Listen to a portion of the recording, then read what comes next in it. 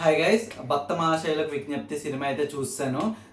రివ్యూలోకి వెళ్ళే ముందు మన ఛానల్ సబ్స్క్రైబ్ చేసుకోండి. ఓకే, మూవీ ఎలా ఉందో మాట్లాడాలంటే it's okay movie. It's decent watchable. మరీ బాగుందని చెప్పలేం, మరీ బాగోలేదని చెప్పలేం, బాగుంది. రవితేజ గారి ఫ్యాన్స్కి అయితే ఒక మాటలు చెప్పేస్తున్నాను, వెళ్ళిపోండి థియేటర్కి. చాలా బాగుంది. ఒకప్పుడు దుబాయ్ సీను ఆ టైమ్ ఆఫ్ రవితేజ అని మళ్ళీ చూస్తాను. రవితేజ కామెడీ అయితే యాక్చువల్గా అయితే సత్యాన్న వీళ్ళందరూ కామెడీ బాగా వర్క్ అవుతుంది అనుకున్నా, కానీ రవన్ అయితే ప్యాకడేసాడు.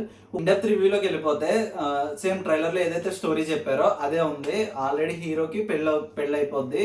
తర్వాత అయినా సరే ఇంకో అమ్మాయితో రిలేషన్షిప్లో ఉండి చీట్ చేస్తాడు. దీని నుంచి ఎలా తప్పించుకున్నాడు అన్నది మెయిన్ స్టోరీ అనుకున్నారు.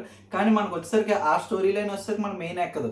ఎప్పుడైతే సునీల్, వెన్నెల కిషోర్, రవన్ ఉంటారో వీళ్ళున్న సీన్లు మనకి చాలా బాగా నచ్చుతాయి. నవ్వుకుంటూ ఎంటర్టైన్ అవుతాం. తర్వాత ఎప్పుడైతే మళ్ళీ మెయిన్ ప్లాట్లోకి వెళ్తారో అక్కడ మళ్ళీ మనకి ఇంట్రెస్ట్ రాదు. మళ్ళీ వీళ్ళు కలుస్తారో అక్కడ ఇంట్రెస్ట్ వస్తుంది. ఇలాగా మొత్తం ఎంటర్టైన్ అవుతూ వెళ్తాం ఆ సీన్లు. అప్పుడు ఇది ఎక్కడ వరకుని సెకండ్ హాఫ్ ఒక పాయింట్ ఆఫ్ వ్యూ వచ్చేసరికి అక్కడ వరకునే. తర్వాత నుంచి మళ్ళీ వేరే పాయింట్లోకి వెళ్ళిపోద్ది. అక్కడి నుంచి మనకు నచ్చదు. ఏమన్నారు, క్లైమాక్స్ ఏదో అసలు ఇప్పటి వరకు ఇవ్వలేని క్లైమాక్స్ ఇస్తున్నాం, అదిరిపోద్ది ఇలా అన్నారు. కానీ సేమ్ మామూలు రొటీన్ అలాంటి క్లైమాక్స్ ఉంది. పెద్ద ఇంట్రెస్ట్ అనిపించలేదు. కానీ మూవీ అయితే మాత్రం ఎంటర్టైన్గా తీసుకెళ్లారు, బాగుంది.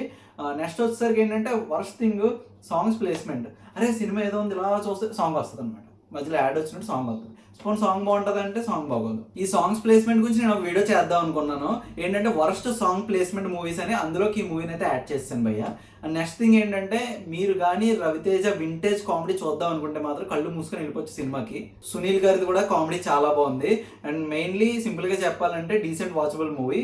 ఇంకా చాలా రివ్యూస్ ఉన్నాయి. సంక్రాంతికి చాలా మూవీస్ వస్తున్నాయి. ఇలాంటి మంచి కంటెంట్ కోసం మన ఛానల్ సబ్స్క్రైబ్ చేయండి. ఇంకా చాలా ప్లాన్ చేసాం, సబ్స్క్రైబ్ చేయండి.